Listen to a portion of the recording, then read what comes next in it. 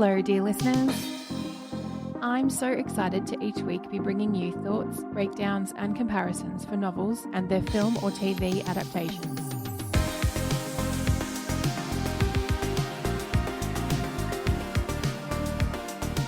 I'm Tracey, I'll be your host, and this is a Novel Take podcast.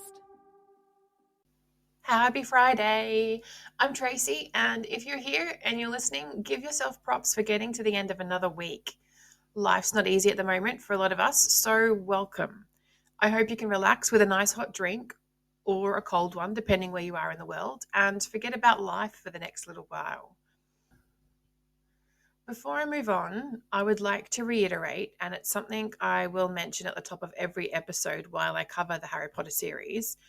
I understand this topic is difficult for some members of the community due to the controversial stance the author has taken on trans issues, and I again want to state that I do not agree with the author and her views.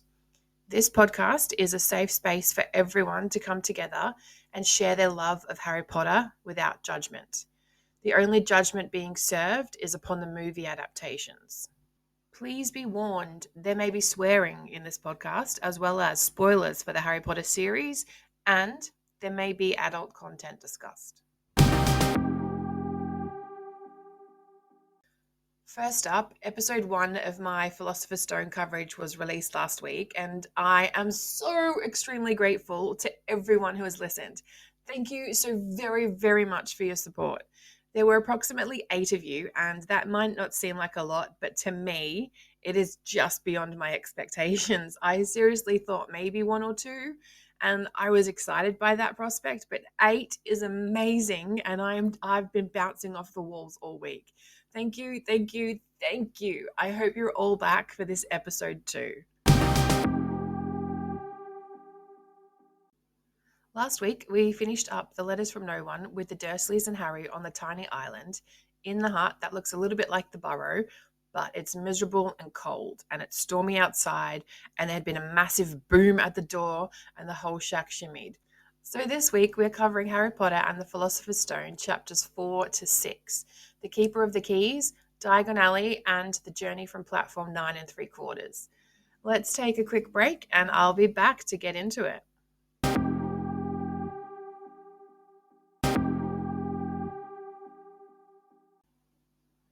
Welcome back.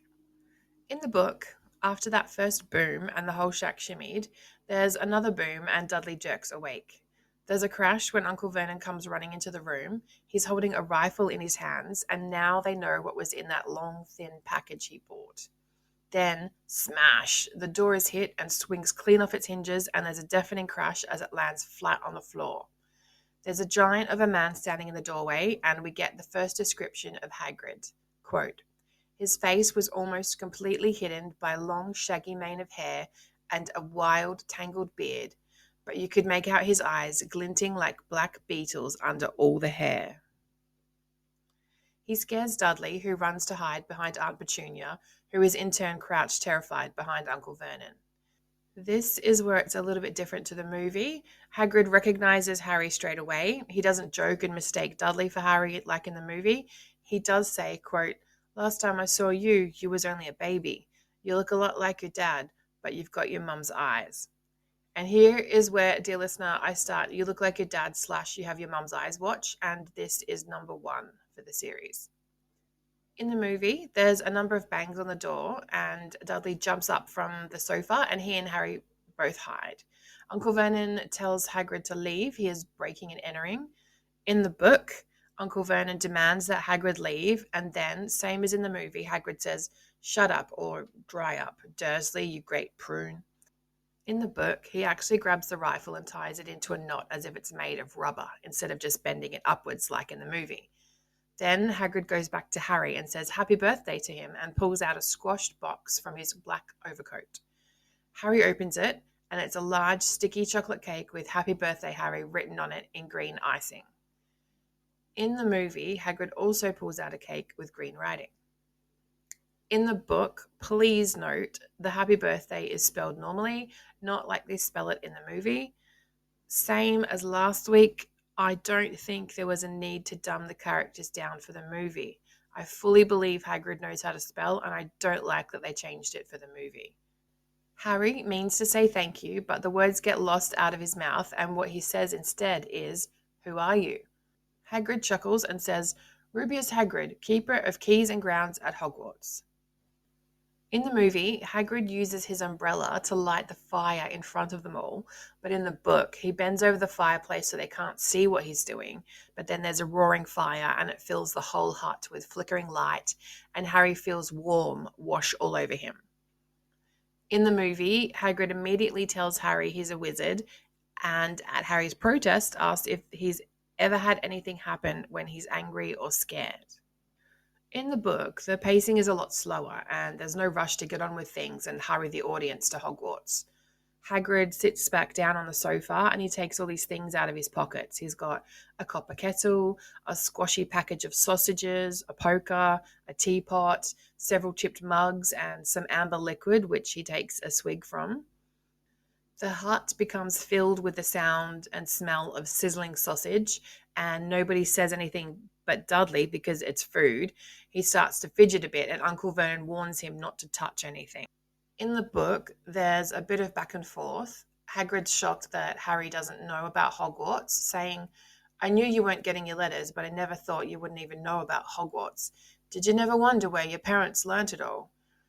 Hagrid's fuming and Uncle Vernon goes pale, and Hagrid says, quote, "But you must know about your mum and dad. I mean, they're famous. You're famous." Uncle Vernon speaks up and says, "I forbid you to tell the boy anything." Despite Uncle Vernon's objections, Hagrid tells Harry he is indeed a wizard and says, quote, "A thumping good un once you've been trained up a bit. I reckon it's about time you read your letter." So this is a letter, and I'm going to quote the whole thing. Quote, "Harry stretched out his hand to at last take the yellowish envelope addressed in emerald green to Mr. H. Potter, the floor, hut on the rock, the sea." He pulled out the letter and read, "Hogwarts School of Witchcraft and Wizardry. Headmaster Albus Dumbledore.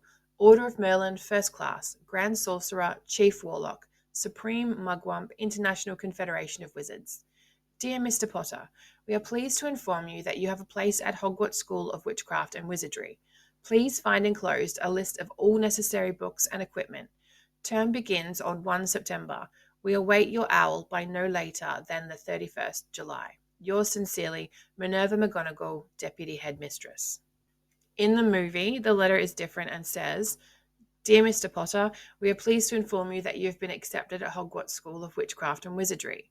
Students shall be required to report to the Chamber of Reception upon arrival, the dates for which shall be duly advised. Please ensure that the utmost attention be made to the list of requirements attached herewith." There's more to the letter, but it's cut off the screen. Harry has so many questions in the book. Hagrid remembers he needs to send an owl and writes the following. "Dear Mr. Dumbledore, given Harry his letter, taking him to buy his things tomorrow. Weather's horrible. Hope you're well, Hagrid."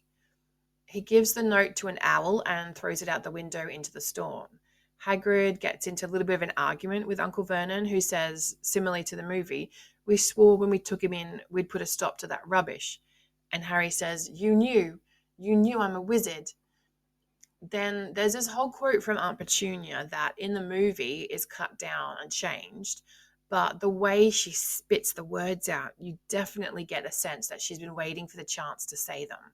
Like I said last week, I think it's such a sad thing that we just haven't had the background in the movie like we've got in the books about the Dursleys and Aunt Petunia and her sister and all that kind of stuff. So Aunt Petunia shrieks, quote, "Knew, knew, of course we knew. How could you not be, my dratted sister being what she was? Oh, she got a letter just like that and disappeared off to that school and came home every holiday with her pockets full of frog spawn, turning teacups into rats. I was the only one who saw her for what she was, a freak. But for my mother and father, oh no, it was Lily this and Lily that. They were proud of having a witch in the family." She stopped to draw a breath and then went ranting on. It seemed like she'd been wanting to say this for years. Then she met that Potter at school, and they left and got married and had you. And of course, I knew you'd be just the same, just as strange, just as abnormal. And then, if you please, she went and got herself blown up, and we got landed with you. In the movie, Dudley sneaks Harry's birthday cake away and starts scoffing it down. Hagrid notices and uses his umbrella to give him a pig's tail.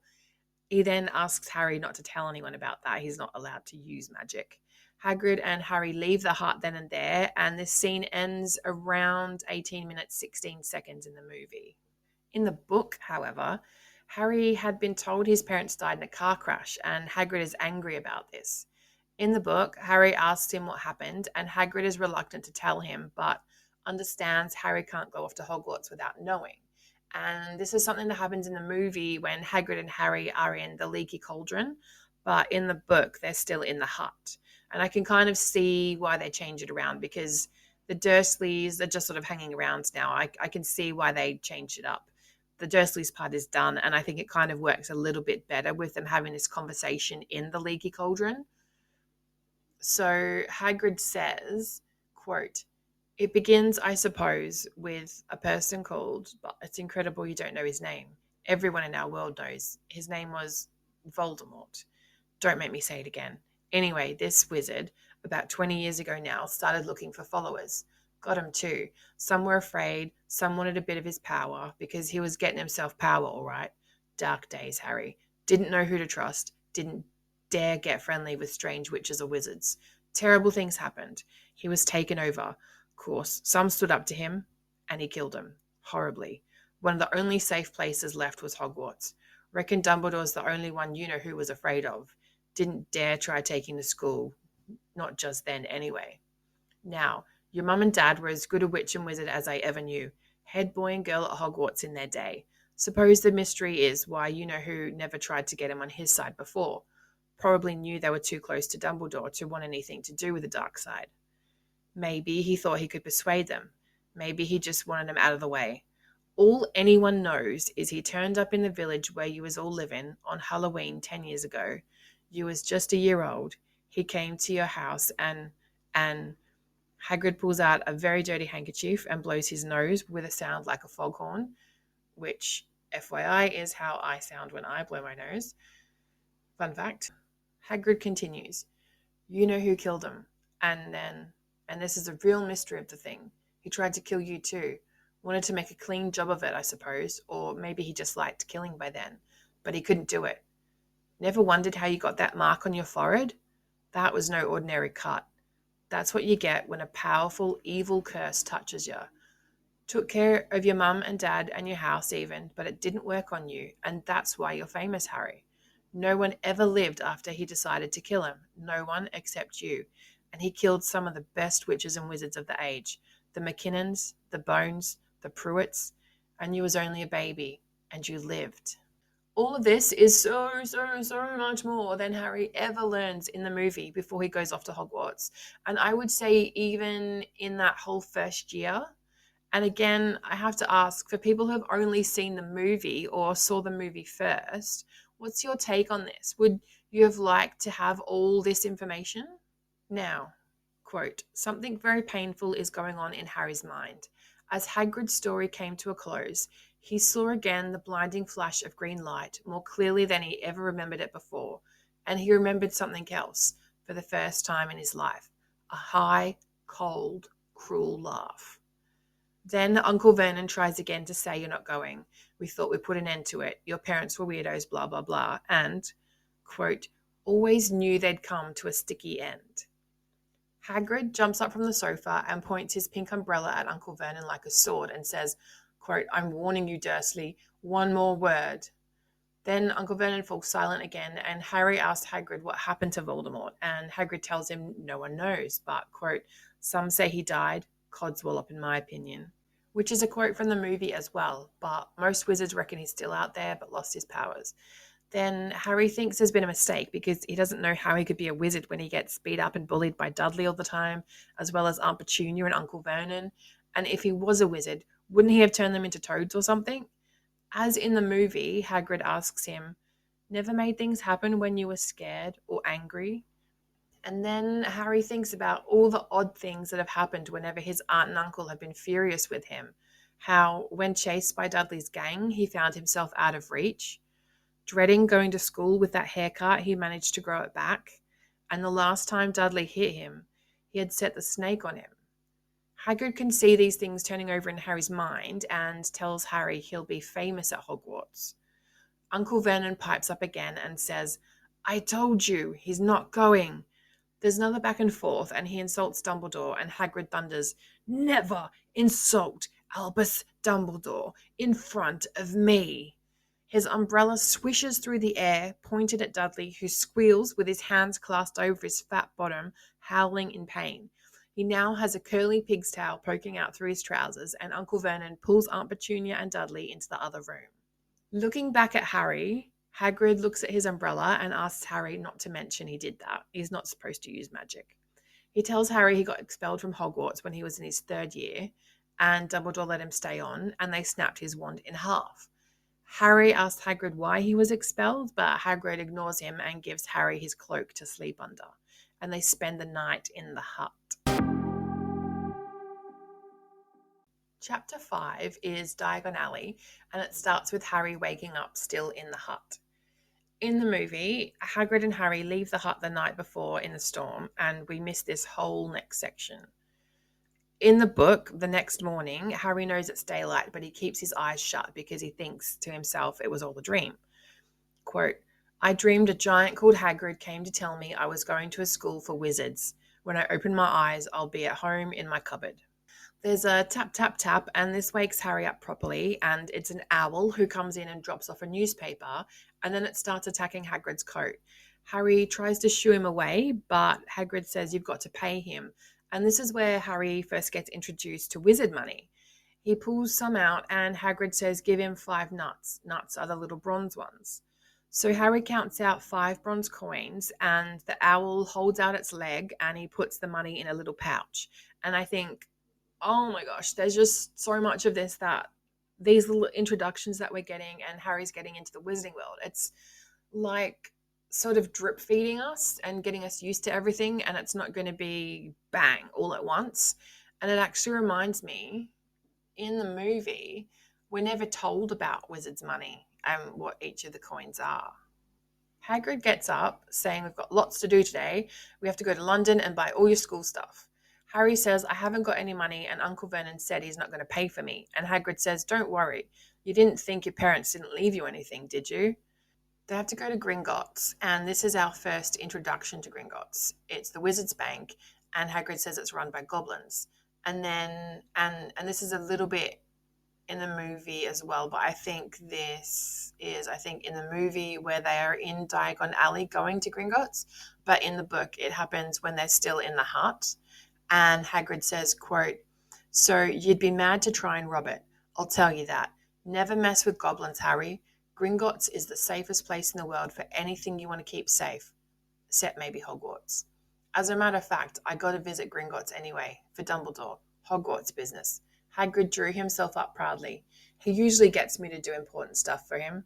Fetching you, getting things from Gringotts. Knows he can trust me, see? Then they leave the hut, and Harry follows Hagrid onto the rock, and the skies are clear and the storm's gone and it's all sunny and it's sunlight glinting off the sea and it's beautiful. The boat Uncle Vernon hired is still there, and Harry asks how Hagrid got there, and Hagrid says he flew, but that they'll go back in the boat as he's not supposed to do magic now he's got Harry. Question: is this the boat that they hired, but didn't they have a guy to take them to the islands? I'm just going to go back and read my notes from last week. One sec. Yeah, so I double checked, and it says an old man dropped them off in a boat. So if the boat is actually still at the island, what happened to the old man? Is this just a plot hole? Is he staying in another room in the hut and he's just not bothered at all by Hagrid turning up and knocking down the door and all that kind of stuff? Is he maybe deaf, and because of the storm going on, he just doesn't hear anything? I don't know. But if anyone has any theories about what happened to this old man, please comment, because I think this is a plot hole. Or did Uncle Vernon already use the rifle on the old man? Anyway, they take the boat, and obviously now the Dursleys and this old man are stranded on this little rocky island. But okay, we don't like the Dursleys anyway, so sorry, old man. They're going, and it's a bit slow, so Hagrid says, if I speed things up, you wouldn't mention it at Hogwarts, would you? And he taps his umbrella twice on the side of the boat, and they speed off towards the land. Harry asks, why would you be mad to try and rob Gringotts? And Hagrid says, quote, spells, enchantments. They say there's dragons guarding the high security vaults, and then you got to find your way. Gringotts is hundreds of miles under London, see, deep under the underground. You'd die of hunger trying to get out, even if you did manage to get your hands on some. This is obviously foreshadowing for Deathly Hallows, and I realise foreshadowing is not something they really did in the movies.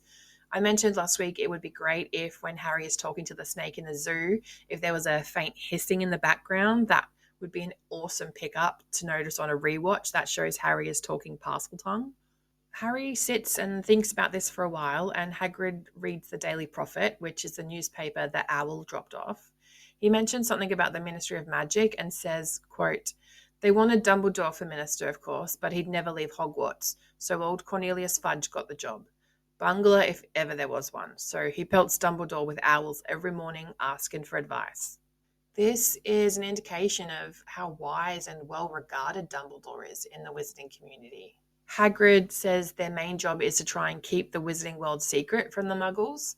They arrive back at the harbour and go to the little station in town. While they're chatting and waiting for the train, Hagrid mentions he'd like a dragon. They get on the train and are making their way to London. Hagrid asks Harry if he still has his letter, and Harry unfolds a second piece of paper and reads what he actually needs for Hogwarts. And bear with me, I'm going to read it all for everybody.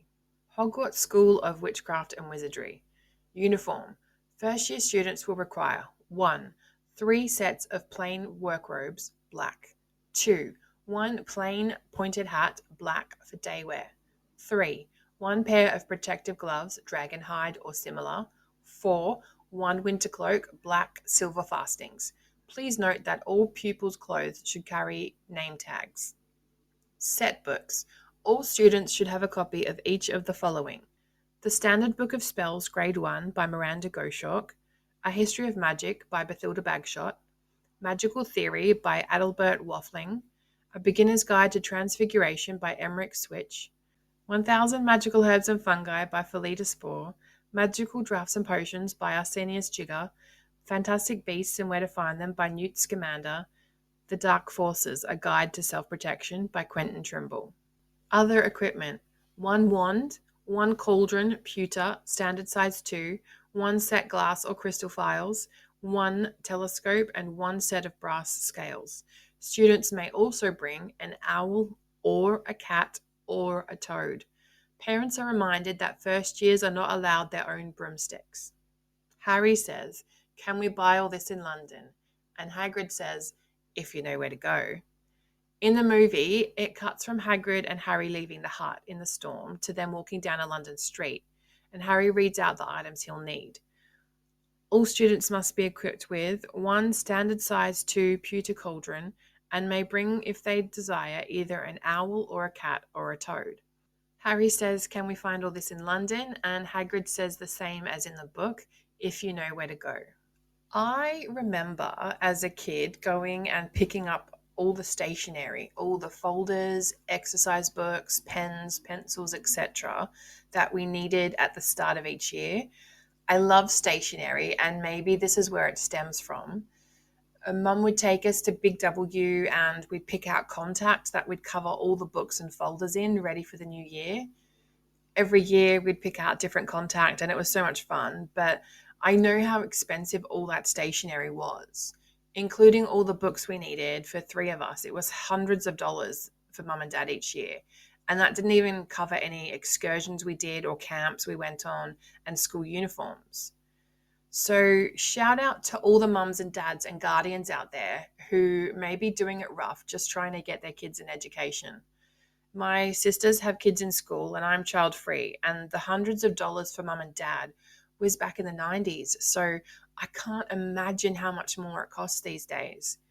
In all earnestness, parents and guardians, take a minute and give yourselves a pat on the back. And if no one has told you lately, you're doing great. Harry had never been to London, and in the book, he's looking around wondering, could there really be piles of gold buried miles beneath them? Hagrid comes to a stop and says, "This is it, the Leaky Cauldron." It's described as a tiny, grubby looking pub. If Hagrid hadn't pointed it out, Harry wouldn't have noticed it was there. The people hurrying by didn't glance at it. Their eyes slid from the big bookshop on one side to the record shop on the other, as if they couldn't see the Leaky Cauldron at all.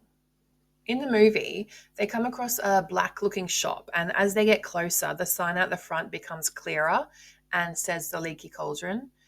In the book, there was a buzz of chatter that stopped when they walked in, and everyone knows Hagrid and they notice Harry. Then everyone rushes forward and Harry, and they have tears in their eyes and say, "Welcome back, Mr. Potter, welcome back." And there's a lot of people coming up to him and just shaking his hand and telling him they're so happy he's back. This is much like in the movie. Doris Crockford can't believe she's meeting him at last, and there are people saying they're proud, and people are all in a flutter, and Daedalus Diggle is delighted, and Harry remembers him, saying, "You bowed to me once in a shop." Daedalus Diggle is ecstatic that Harry remembers him, and Doris Crockford keeps coming back for more. And then a pale young man comes forward very nervously. One of his eyes twitches. It's Professor Quirrell, and he stammers his way through telling Harry he's the Defense Against the Dark Arts teacher at Hogwarts. Not that Harry needs it. And although it's very similar to the movie, it's also not. In the book here, Professor Quirrell grasps Harry's hand. It doesn't say whether he's wearing gloves or anything like that, but in the movie, he's sort of rubbing his hands together nervously and doesn't shake Harry's hand at all. And I think that's a really good difference because it just shows that there's something going on. It doesn't mention he's wearing a turban or, like I said, that he's wearing gloves. In the book, he grasps Harry's hands so he can touch Harry. There's no big thing like there is at the end of the movie. And I just think it's a really good thing to make note of and to have in the back of our minds at this stage of the book.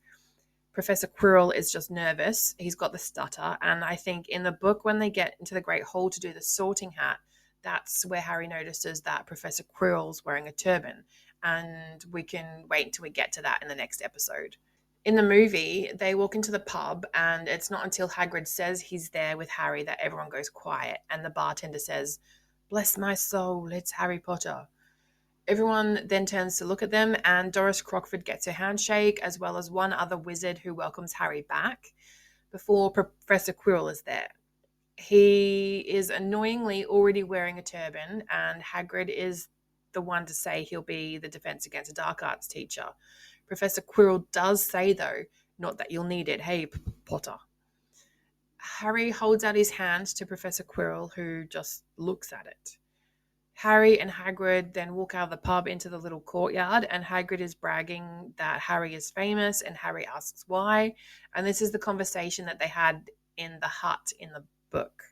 It's also worth noting in the book, as Harry and Hagrid walk out of the Leaky Cauldron, Harry asks if Professor Quirrell was always that nervous. And Hagrid says, quote, "Oh yeah, poor bloke. Brilliant mind. He was fine while he was studying out of books, but then he took a year off to get some first-hand experience. They say he met vampires in the Black Forest, and there was a nasty bit of trouble with a hag. Never been the same since. Scared of the students, scared of his own subject." Did Voldemort only attach himself to the back of Quirrell's head when Quirrell got home and mentioned he'd met Harry in the Leaky Cauldron, and that's why he can touch Harry at this point? Also, going by what Hagrid's just said, it sounds like Professor Quirrell has been Defense Against the Dark Arts teacher already, or was he teaching another subject? We'll learn later in the books that the position of Defense Against the Dark Arts teacher has been cursed since Dumbledore turned Voldemort down for the role, and the teacher only seems to last a year in that role, whilst Harry is there anyway. And is that only because Harry is there? Has the position not been cursed until Harry got to Hogwarts? Ladies and gents, I'm sorry. You'll have to excuse some of my questions. This podcast is the first time I'm reading these books in about 7 years, and I was just getting annoyed about Professor Quirrell. So I went to the library. Not really. It's been about 15 years, but I went to my old stomping ground of MuggleNet, and it's fantastic to see it's still going strong. They unfortunately didn't have what I was looking for there, so I went to Harry Potter Wiki and looked up Quirrell there. Thankfully, they have what I needed to calm down. If you don't want spoilers for Quirrell, please skip ahead a few minutes. If you don't mind spoilers or just want to know what the hell is going on in my brain, please listen. So I was getting annoyed and confused about the timeline of Quirrell and the turban / being able to touch Harry. And the article on Harry Potter Wiki sent me straight. And this is why we need backstory in movies. So Quirrell worked at Hogwarts as the Muggle Studies teacher before being appointed Defense Against Dark Arts teacher. He took a sabbatical before coming back for Harry's first year, and that was to search for the remnants of Voldemort in the hope that he could learn something from Voldemort and not be laughed at anymore. He found the essence of Voldemort in the forest, and when the essence of Voldemort found out Quirrell worked at Hogwarts, persuaded Quirrell to take him with him. The day Quirrell meets Harry in the Leaky Cauldron, Quirrell is at Diagon Alley to attempt to steal the Philosopher's Stone from Vault 713 at Gringotts. When he fails, Voldemort begins to share Quirrell's body, with his face sticking out the back of Quirrell's head, thus forcing Quirrell to wear a turban. So, colour me satisfied. Thank you all for your patience. Back to our story. In the book, Harry and Hagrid are now in a little courtyard outside of the Leaky Cauldron, and Hagrid mutters 3 up, 2 across, which in the movie is kind of the action he takes when tapping the bricks with his umbrella. In the book, he just taps 1 brick, and I think it's important to note at this part of the podcast, if you haven't picked up on it, Hagrid's snapped wand is obviously in the umbrella, just putting it out there. A small hole appears and it grows wider and wider, and then they're facing an archway large enough that they can fit through, and Hagrid says, "Welcome to Diagon Alley." In the movie, Hagrid says, "Welcome, Harry, to Diagon Alley." Harry is looking around in amazement, and I can imagine one day when I get to go to the Wizarding World at Universal Studios, this is how it's going to be for me, not knowing where to look and being overwhelmed by everything. It's going to be amazing. In the movie, Harry is just as much in awe, and Hagrid points out the various shops to him. They walk past a snowy white owl. Harry sees the Quidditch robes, and the Nimbus 2000 scene with the kids in the window is the same as in the book. In the book, Hagrid says we need to get your money first, and we know Harry's been introduced to little bits of magic and stuff like that, but he's in it now. So, quote, Harry wished he had about 8 more eyes. He turned his head in every direction as they walked up the street, trying to look at everything at once. The shops, the things outside them, the people doing their shopping. A low, soft hooting came from a dark shop with a sign saying, Ilops Owl Emporium, Tawny, Screech, Barn, Brown and Snowy. Several boys of about Harry's age had their noses pressed against a window with broomsticks in it. Look, the new Nimbus 2000, fastest ever. There were shops selling robes, shops selling telescopes and strange silver instruments Harry had never seen before, windows stacked with barrels of bat spleens and eel's eyes, tottering piles of spell books, quills and rolls of parchment, potion bottles, globes of the moon, and Gringotts. Gringotts is described as, quote, a snowy white building which towered over the other little shops. Standing beside its burnished bronze doors, wearing a uniform of scarlet and gold, was a goblin, about a head shorter than Harry. He had a swarthy, clever face and a pointed beard, and, Harry noticed, very long fingers and feet. He bowed as they walked inside.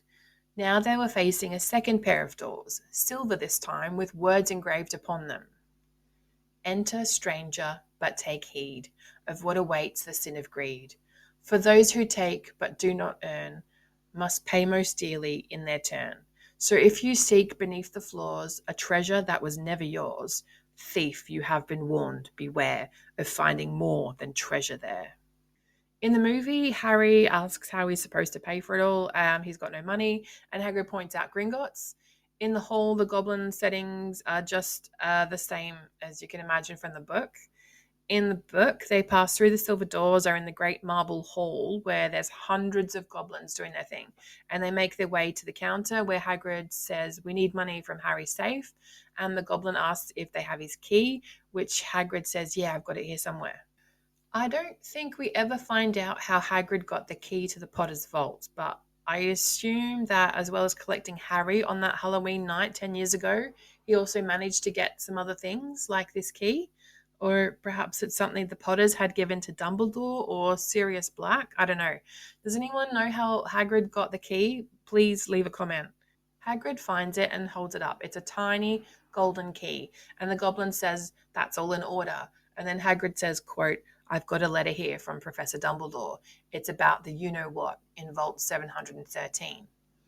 The goblin reads the letter, which we never see what's in it in the book, and the goblin calls over Griphook to take them to the vaults. Harry asks what's in Vault 713, and Hagrid says, "I can't tell you, secret Hogwarts business."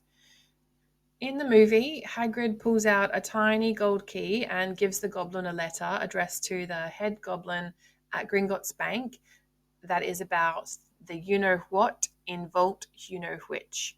As I mentioned in the book, he actually says the vault number. We don't see the crazy cart ride in the movie. So in the book, they go into a narrow stone passageway lit by flaming torches and it slopes downward. And there's a railway track on the floor and Griphook whistles and a cart comes forward. They all get in and they're off, and it would just be the most amazing roller coaster. Now, I know they have Harry Potter and the Escape from Gringotts based on the Escape in Deathly Hallows at Universal, which I hear is awesome. The cart is just going through a maze of twisting passages, and Harry's trying to remember left, right, left, middle fork, right, left, but it was impossible. They go deeper and past, quote, an underground lake where huge stalactites and stalagmites grew from the ceiling to floor. "I never know," Harry called to Hagrid. "What's the difference between a stalagmite and a stalactite?" "Stalagmite's got an M in it," said Hagrid. Now, for everyone out there, and this is something I didn't learn in school, but a stalagmite are the ones that grow from the floor to the ceiling because one day they might make it to the ceiling. A stalactite is the one that grows from the ceiling to the floor because they have to hold on tight so they don't fall off the ceiling. There you go. We learn something new every day. In the movie, they arrive at Harry's vault, which is number 687, and we don't get the vault number in the book. In the book, they stop eventually, and Hagrid gets out, and he's trembling and has to lean against the wall for a minute. And Griphook unlocks the door, and a lot of green smoke comes out. Quote, "Harry gasped. Inside were mounds of gold coins, columns of silver, heaps of little bronze nuts." Hagrid helps him scoop some of it into a bag, and he explained, and I'm going to read it, and then I'll sing it as the song I taught myself to remember. Hagrid explained, quote, "The gold ones are galleons. There's 17 silver sickles to a galleon and 29 nuts to a sickle. That's easy enough." The song I taught myself, oh God, I'm so sorry for this. "Their gold ones are galleons, 17 silver sickles to a galleon, and 29 nuts to a sickle." Yep. In the movie, Harry's vault is exactly as described in the book, and it's here that Hagrid says, "Didn't think your mum and dad would leave you nothing now, did you?" In the book, as they head to Vault 713, Hagrid asks Griphook if they can go more slowly, and Griphook says, "One speed only." They go deeper and the air gets colder as they go. They reach Vault 713, which has no keyhole. And like in the movie, Griphook gently strokes the door and then it just melts away. And he says, quote, "If anyone but a Gringotts goblin tried that, they'd be sucked through the door and trapped in there." Harry asks how often do they check, and Griphook says about once a decade. In the movie, they arrive at Vault 713 and Griphook runs his finger down the door, which unlocks and opens. Harry's look is what you'd expect from the book, confused and wondering what's in the package. Hagrid picks up a small brown paper package tied up with string and asks Harry not to mention it to anyone. Then they're back in the sunlight outside of Gringotts, and Harry doesn't know where to go first. He's got so much money now, and how is he going to spend it all? He didn't need to know how many galleons there were to a pound to know that he was holding more money than he'd ever had in his entire life. I looked it up, and She Who Must Not Be Named said there's about £5 to a galleon, depending on the exchange rate. So, yes, a lot of money. Then they go to Madame Malkin's robes for all occasions for Harry to get his school robes. Hagrid slips off to the leaky cauldron for a drink because he still looks a bit sick from the cart at Gringotts. Inside, Madame Malkin is measuring up Harry, and there's, quote, a boy with a pale pointed face standing on a footstool. The boy greets Harry and they have a conversation that is mainly the boy making Harry feel bad for not knowing about the wizarding world. He reminds Harry of Dudley. He mentions Quidditch, which Harry knows nothing about, and he mentions Slytherin and Hufflepuff, which, again, Harry knows nothing about. The boy notices Hagrid outside, who has 2 ice creams and obviously can't come in. Harry, glad to know something the boy doesn't, tells him that's Hagrid, the gamekeeper. And the boy says, quote, I heard he's some sort of savage. To which Harry, who is liking the boy less and less, says, I think he's brilliant. The boy asks if Harry's parents were our kind, and Harry replies, quote, they were a witch and wizard if that's what you mean. The boy then goes on a rant about letting the other sort into Hogwarts, and they should, quote, keep it in the old wizarding families. He then asks Harry what his last name is, but before Harry can reply, Madame Malkin is finished, and Harry just can't get out of there quick enough. Harry and Hagrid do a bit of shopping and get some parchment and quills, and Harry gets a colour-changing ink. He tells Hagrid about the boy in Madame Malkin's and asks Hagrid what Quidditch is, and Hagrid says, quote, it's our sport, wizard sport. It's like football in the Muggle world. Everyone follows Quidditch, played up in the air on broomsticks, and there's 4 balls, sort of hard to explain the rules. Harry asks what are Slytherin and Hufflepuff, and Hagrid says they are school houses, and there's 4. He tells Harry something that in the movie Ron says when they're waiting for sorting, quote, there's not a single witch or wizard who went bad who wasn't in Slytherin. You know who was one. Side note, I am a proud Hufflepuff. I love being Hufflepuff, and I definitely think it's the most underrated house. In the Battle of Hogwarts, She Who Must Not Be Named said after the number of people in the battle from Gryffindor, the highest number of people fighting were from Hufflepuff. So all you Ravenclaws and Slytherins can just calm down. I love being Hufflepuff, and that's why the colours on the scarf and the hat in the logo are yellow and black. And in Pixie's Pinion, if you go on Instagram, she's also wearing yellow and black, and that's because she's definitely a Hufflepuff. Arya is more of a Ravenclaw, but I can talk more about that when we get to the sorting hat in the next episode. Harry and Hagrid get his school books from Flourish and Blotts, and Hagrid pulls Harry away from trying to find a spell to curse Dudley and tells Harry, quote, you're not to use magic in the Muggle world except on very special circumstances. They get a nice set of scales for weighing potions and a collapsible brass telescope. They visit the apothecary and get some basic supplies for potions. Harry examines some silver unicorn horns, and they're 21 galleons each.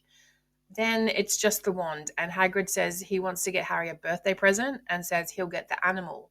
Quote, not a toad. Toads went out of fashion years ago.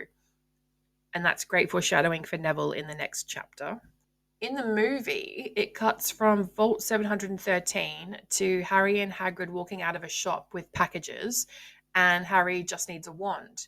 In the book, Hagrid decides to get Harry an owl, and they spend 20 minutes in Aylop's Owl Emporium, and Harry walks out with, quote, a large cage which held a beautiful snowy owl, fast asleep with her head under her wing. And now it's time to get Harry's wand. Quote, this is what Harry had been really looking forward to. The shop was narrow and shabby. Peeling gold letters over the door read Ollivanders, makers of fine wands since 382 BC. They go inside and there are thousands of narrow boxes piled right up to the ceiling, and an old man stands in front of them. As in the movie, the old man says, I thought I'd be seeing you soon, Harry Potter. You have your mother's eyes. So that's, you have your mother's eyes count 2. Lily's wand was 10 1/4 inches long, swishy, made of willow, nice wand for charm work, and in later books we know that Lily had a gift with charms. James's wand is mahogany, 11 inches, pliable, a little more power, and excellent for transfiguration. So keep that in mind coming into Prisoner of Azkaban and what James can do with his wand. Ollivander says it's really the wand that chooses the wizard, of course.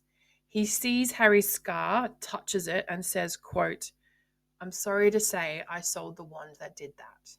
13 1/2 inches. You, powerful wand, very powerful, and in the wrong hands, well, if I'd known what that wand was going out into the world to do." Ollivander shakes his head. He sees Hagrid, and Hagrid's wand was oak, 16 inches, rather bendy. He says, "I suppose they snapped it in half when you got expelled." To which Hagrid replies, "Yes," and grips his umbrella very tightly and says he still has the pieces.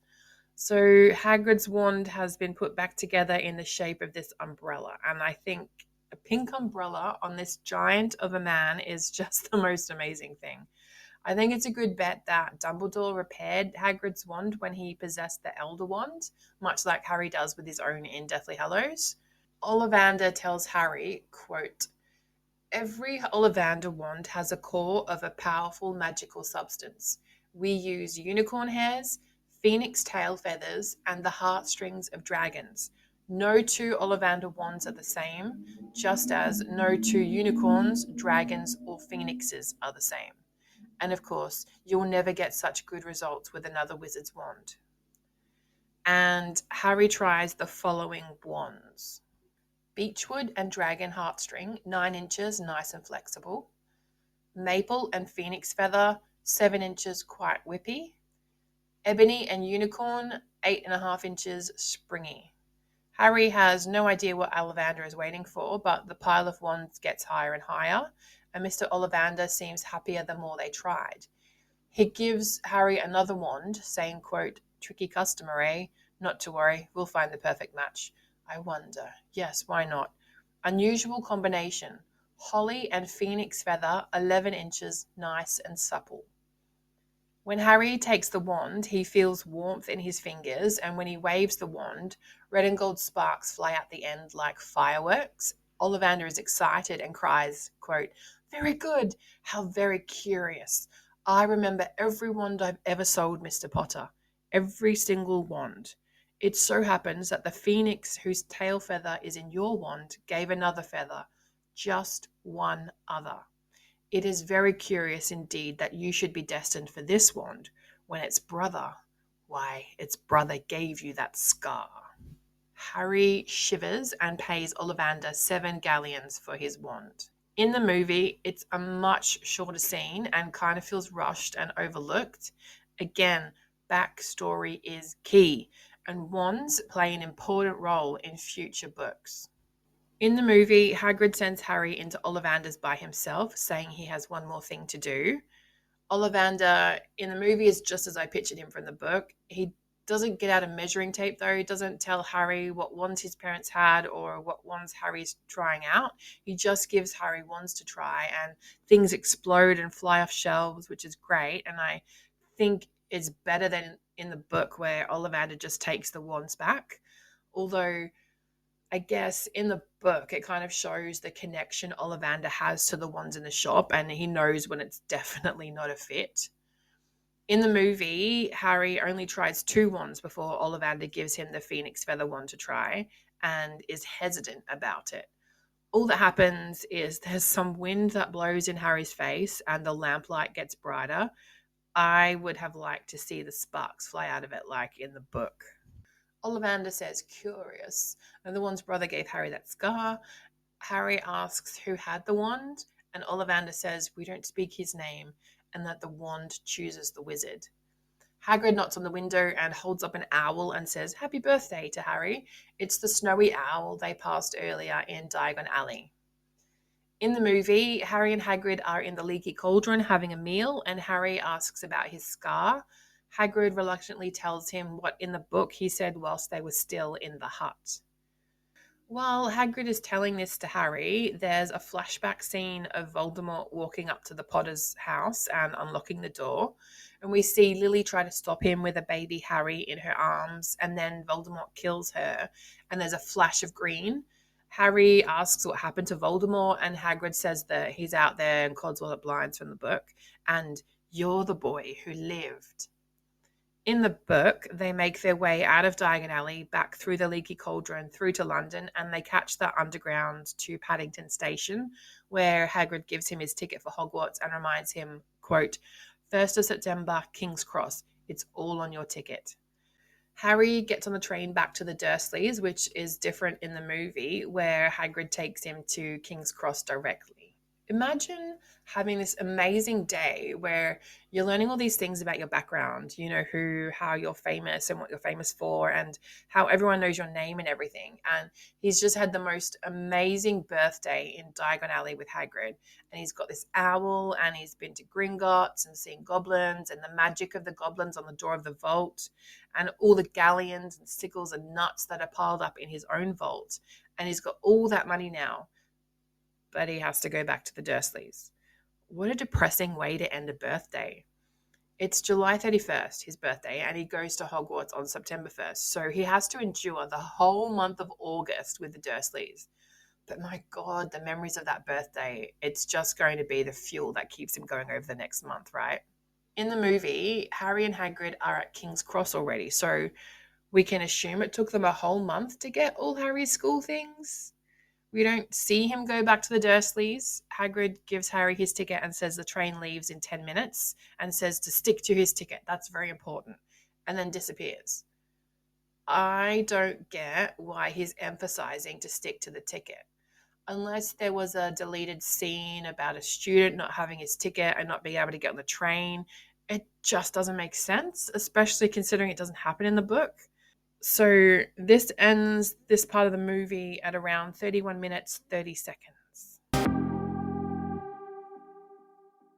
Chapter 6 is the journey from platform 9 3/4 and opens with Harry's last month back at the Dursleys. Dudley is scared of Harry and doesn't stay in the same room as him. Aunt Petunia and Uncle Vernon give Harry the silent treatment and pretend he doesn't exist. And although it's an improvement, Harry thinks it becomes depressing after a while. He mainly kept to his room and his owl, who he has called Hedwig, a name he found in a history of magic. Harry Potter Wiki says the name is Saint Hedwig, who was a medieval witch or wizard. Harry reads his school books, which he finds very interesting, and he has the window open and Hedwig swoops in and out as she pleases.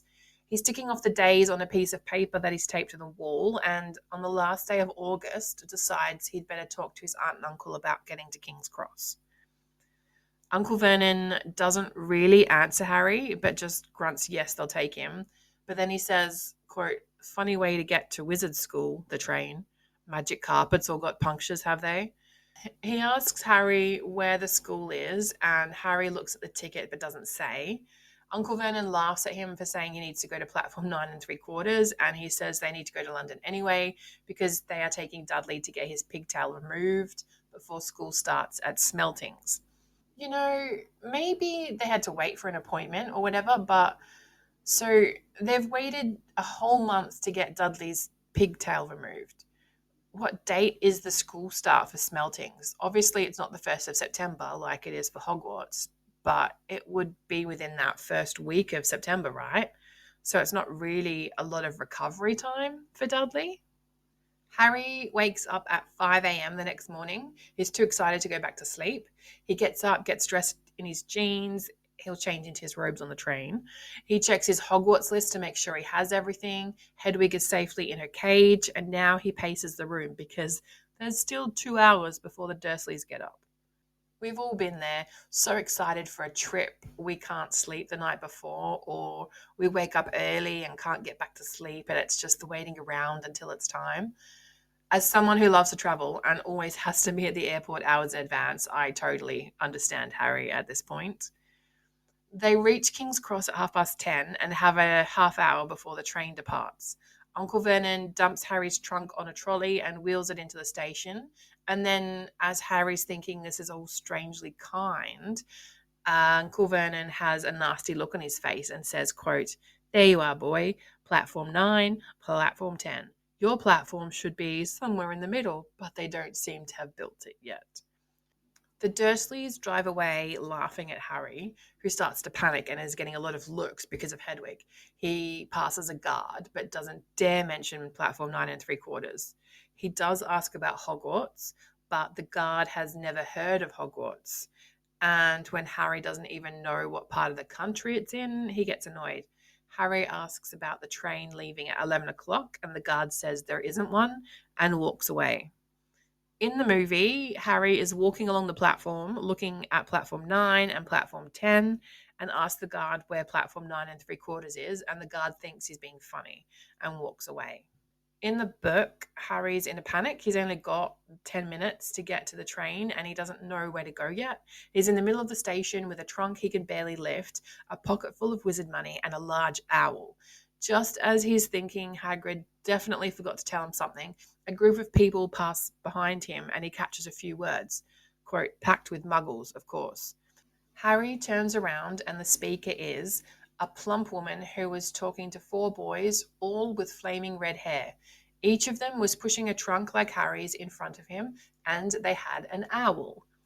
They stop and Harry follows them.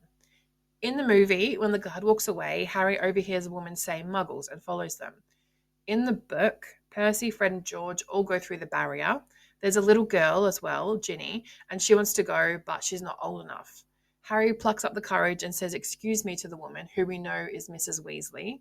Mrs. Weasley points out that Ron is new to Hogwarts too, and Ron is described as, quote, "tall, thin, and gangling, with freckles, big hands and feet, and a long nose." Harry goes through the barrier, and it's very much like you see in the movie where there's all the people chattering, there's cats and there's owls and there's heavy trunks. The first few carriages are already packed with students. Some are hanging out the windows to talk to their families. Harry pushes his trolley down the platform and searches for an empty seat. He passes a round-faced boy who says, "Gran, I've lost my toad again." There's a boy with dreadlocks surrounded by a small crowd, and he lifts the lid on a box he's carrying, and something inside poked out a long, hairy leg. Harry finds an empty compartment, puts Hedwig in, and then starts to move his trunk towards the door, but it's too heavy for him. The Weasley twins are the ones who help him. They see his scar and ask if he's Harry Potter, to which Harry says, "Yes, I am." Their mother calls to them, and Harry's in the compartment by himself, and he watches the redhead family on the platform, and he can hear what they're saying. Mrs. Weasley takes out a handkerchief to rub something off Ron's nose. The twins make fun of him. Percy comes up to them. He's changed into his Hogwarts robes already and has a shiny red and gold badge on his chest with the letter P on it, and this means he's a prefect. I always wanted to be prefect in primary school, but in my last year, we moved across the country from Perth to Melbourne, and I didn't get the chance. Percy is so full of self-importance. He says the prefects have got 2 compartments up the front. The twins are annoyed because Percy got new robes for making prefect, and he got a new owl from their dad.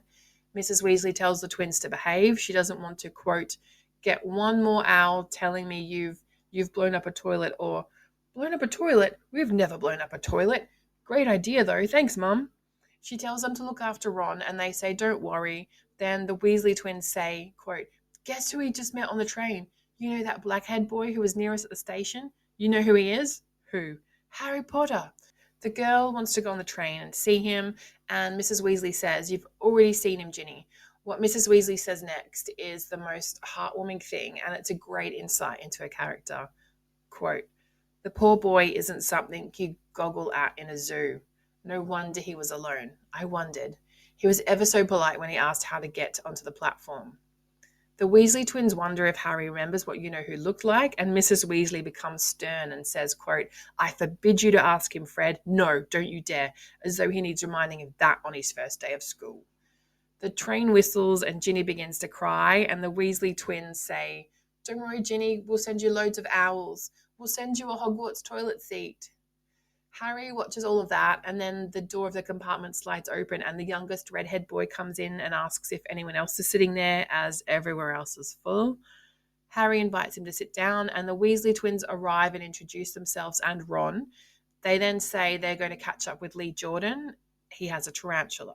Lee Jordan is the Weasley twins' best friend. We see him a few times in the movies, but we don't really get an insight into their relationship. He's like the missing Weasley twin or triplet.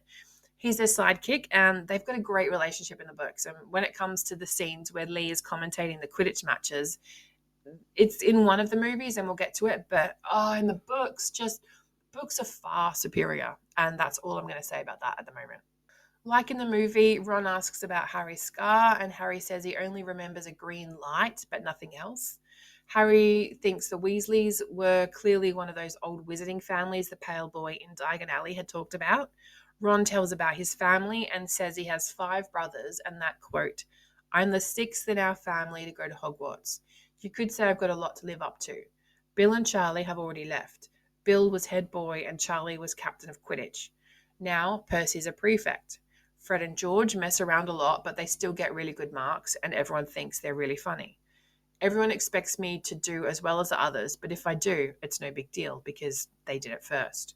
You never get anything new either with 5 brothers. I've got Bill's old robes, Charlie's old wand, and Percy's old rat." Harry tells Ron about wearing Dudley's old clothes and never getting proper birthday presents, and that cheers Ron up. And at 12:30, the food trolley comes around. Harry hadn't had breakfast, and Ron mutters he has sandwiches. So Harry, expecting to get like some Mars bars, is introduced to wizard food. Bertie Bott's every flavour beans, Drooble's best blowing gum, chocolate frogs, pumpkin pasties, or in Australian pasties, cauldron cakes, licorice wands, and a number of other strange things Harry had never seen in his life. He gets some of everything and puts it on an empty seat. Fun fact, when I first saw the movies, I didn't know pasty is how it was pronounced in the UK, and I didn't know what they were talking about, even though it's spelled the same, but a pasty is a pasty, and now I've just said the word too many times, and it sounds really weird either way. Moving on. As in the movie, he shares the assortment of sweets with Ron, who tells him about the chocolate frogs, and he says they're not really frogs, and quote, "Chocolate frogs have cards inside them, to collect, famous witches and wizards. I've got about 500, but I haven't got Agrippa and Ptolemy." Harry unwraps his chocolate frog and, quote, "It showed a man's face. He wore half-moon glasses, had a long, crooked nose, and flowing silver hair, beard, and moustache." Underneath the picture was the name Albus Dumbledore. Harry turns the card over and reads, "Albus Dumbledore, currently headmaster of Hogwarts, considered by many the greatest wizard in modern times. Professor Dumbledore is particularly famous for his defeat of the dark wizard Grindelwald in 1945, for the discovery of the 12 uses of dragon's blood, and his work on alchemy with his partner Nicholas Flamel. Professor Dumbledore enjoys chamber music and 10-pin bowling." Harry turns the card back over and saw Dumbledore had disappeared. Ron tells him you can't expect him to hang around all day. Harry says in the Muggle world, people stay still in pictures, which Ron thinks is weird for them not to move. When Harry looks back at the Dumbledore card, quote, "Harry stared as Dumbledore sidled back into the picture on his card and gave him a small smile." Question. Do you think when Dumbledore disappeared, he went to one of his other portraits and told himself that Harry was on the train to Hogwarts? And that's why he's got that little smile when he comes back? What are your thoughts? The round-faced boy from the platform comes in and he looks tearful because he's lost his toad. They haven't seen it, and so the boy leaves, and Ron says, quote, "If I'd bought a toad, I'd lose it as quick as I could." So Neville has a toad, which, if you remember back in the previous chapter, Hagrid said to Harry not to get a toad because they're so old-fashioned. And this just shows a little bit of Neville's background already. We know we eventually learn that he lives with his grandmother because his parents were tortured and they're in St. Mungo's, and he's not good at magic because he's got his father's wand. Remember this for Ron as well, having Charlie's old wand, and Ollivander saying, quote, "You will never get such good results with another wizard's wand." Obviously, Neville's grandmother doesn't have a lot of money, so he's got his father's wand and he has a toad, which is very old-fashioned, but it's something, right? Same as in the movie, Ron takes out his wand and tries a spell on Scabbers. His wand is, quote, "chipped in places and something white was glinting out the end," which Ron says is unicorn hair. Neville comes back, and this time he has a girl with him, and she's already wearing her new Hogwarts robes. She asks if they'd seen a toad, as Neville's lost his. She's described as, quote, a bossy sort of voice, lots of bushy brown hair, and rather large front teeth. Aside from Neville being there, it's very much the same as in the book with Ron doing the spell on Scabbers. In the book, the girl introduces herself as Hermione Granger and says, quote, I've tried a few simple spells just for practice and it's all worked on me. So, again, the tracking for underage magic.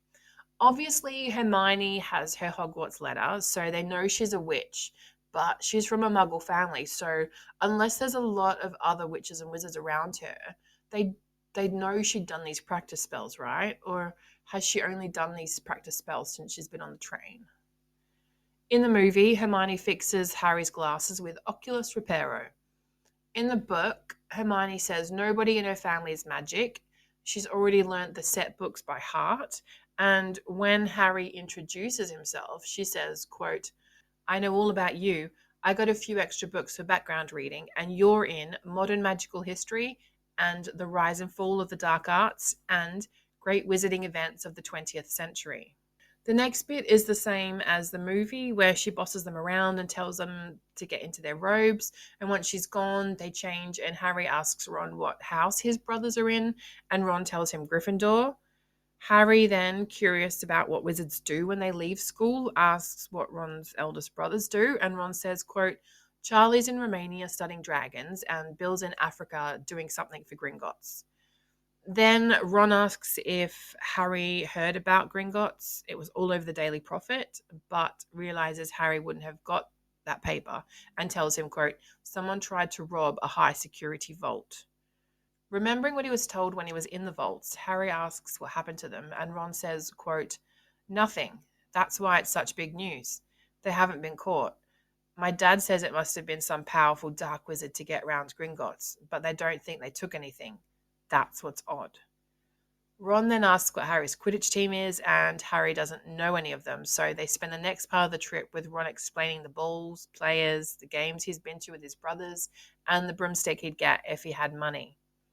The compartment door slides open again, but it isn't Neville or Hermione. It's three boys who enter, and Harry recognizes the middle one as the pale boy from Madame Malkin's. They've heard Harry Potter was on the train, and this is something that Draco says in the movie outside the Great Hall before they go in for sorting. The pale boy introduces Crabbe and Goyle and says he is Malfoy, Draco Malfoy, which causes Ron to snigger, and Draco turns to him, quote, think my name's funny, do you? No need to ask who you are. My father told me all the Weasleys have red hair, freckles, and more children than they can afford. Goyle tries to steal one of their chocolate frogs, but Scabbers bites his finger. Crabbe and Malfoy back away as Goyle swings his hand, and Scabbers goes flying and hits the window and just goes back to sleep. Once they're gone, Harry tells Ron about meeting Draco in Madame Malkin's, and Ron tells Harry, quote, I've heard of his family. They were some of the first to come back to our side after you-know-who disappeared. Said they'd been bewitched. My dad doesn't believe it. He says Malfoy's father didn't need an excuse to go over to the dark side. Harry sees it's getting dark outside and the train is slowing down. A voice announces, we'll be reaching Hogwarts in 5 minutes' time. Please leave your luggage on the train. It will be taken to the school separately. Harry starts to feel nervous, and he and Ron fill their pockets with the rest of the sweets and join the crowd in the corridor. The train slows down and they get out into the cold night air. In the movie, the train pulls into Hogsmeade Station and Hagrid calls the first years together. They get in the boats and the view of the castle would just be nothing short of breathtaking in real life. Harry and Ron are in a boat with Neville and another boy we know to be Dean Thomas. Hermione is in a different boat with a boy we'll know to be Seamus and a girl who we'll soon find out is Susan Bones. And there are two other people in that boat, which is different from the book where they aren't allowed more than 4 to a boat. And this ends as part of the movie at 39 minutes 15 seconds. In the book, the first years follow Hagrid down a steep, narrow path that's dark on either side. Nobody talks, but Neville sniffs once or twice about losing his toad. And they get their first glimpse of Hogwarts as the path rounds a bend, and quote, the narrow path had opened suddenly onto the edge of a great black lake. Perched atop a high mountain on the other side, its windows sparkling in the starry sky, was a vast castle with many turrets and towers. Harry and Ron get into a boat and are joined by Neville and Hermione. And once everyone's in, all the boats take off at once, gliding across the lake, which is smooth as glass. Everyone is looking up at the castle towering above them, and they sail nearer and nearer to the cliff it's standing on. The boats carry them through a curtain of ivy, which hides an opening in the cliff face, and they're carried along a dark tunnel which seems to take them beneath the castle. They reach an underground harbour where they get out, and Hagrid finds Trevor, Neville's toad. They follow Hagrid's lamp up the passageway of the rocks and come to some grass in the shadow of the castle. They crowd around a huge oak door, and Hagrid, quote, raised a gigantic fist and knocked 3 times on the castle door. So ends this section of the podcast. After that, I know I need a break, so let's come back and wrap this episode up.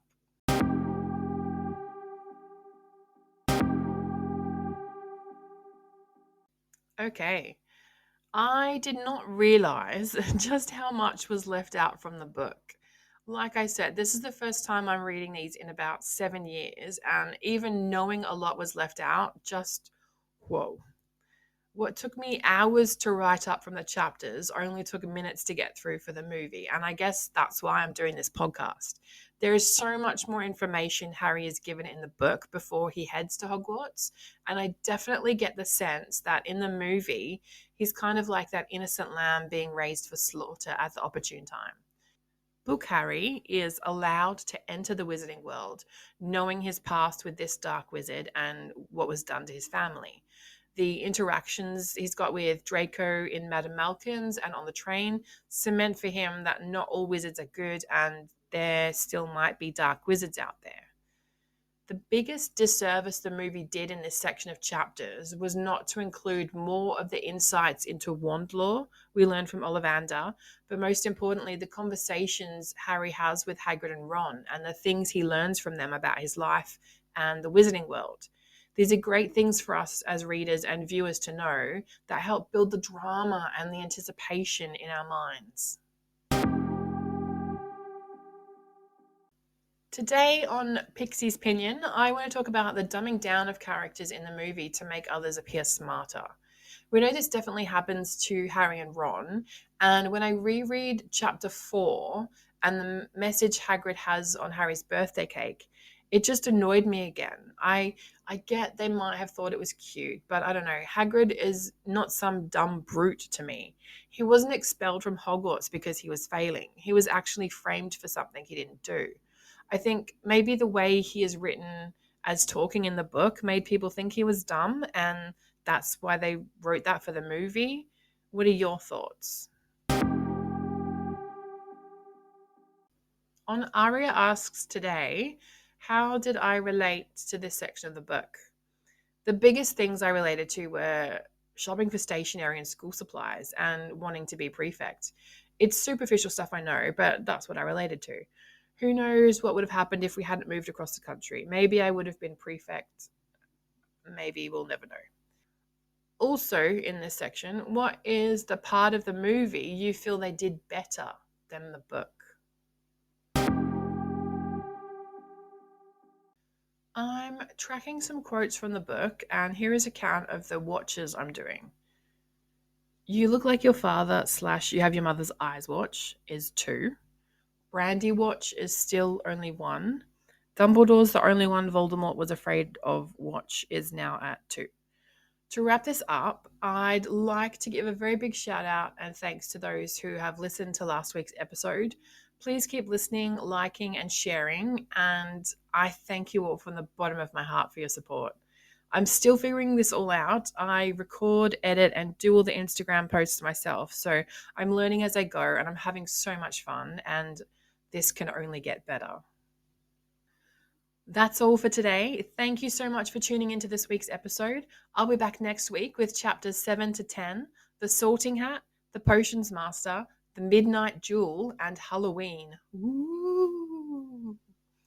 Quick reminder again of how you can support the podcast. You can rate and review on Spotify, And all my gravy, I figured out how to get this on Apple as well, so you can listen, rate, and review there. Follow on Instagram at A Novel Take Podcast, please and thank you. Also, don't forget to get involved and comment your responses to Pixie's Pinion and Arya Asks.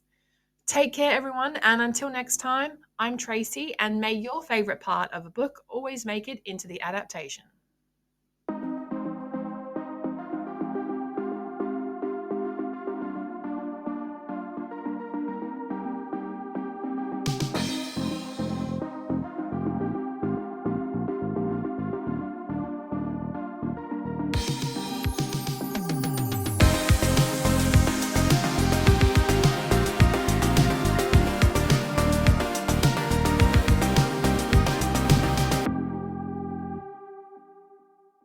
The whole shack shimmied and everybody's moving around and around and around and around. So this week, sorry, peeling gold letters over the door read Ollivanders, makers of fine wines. Wines. God, I need a wine. James's wand was mahogany. That is mahogany. Sorry, wrong fandom.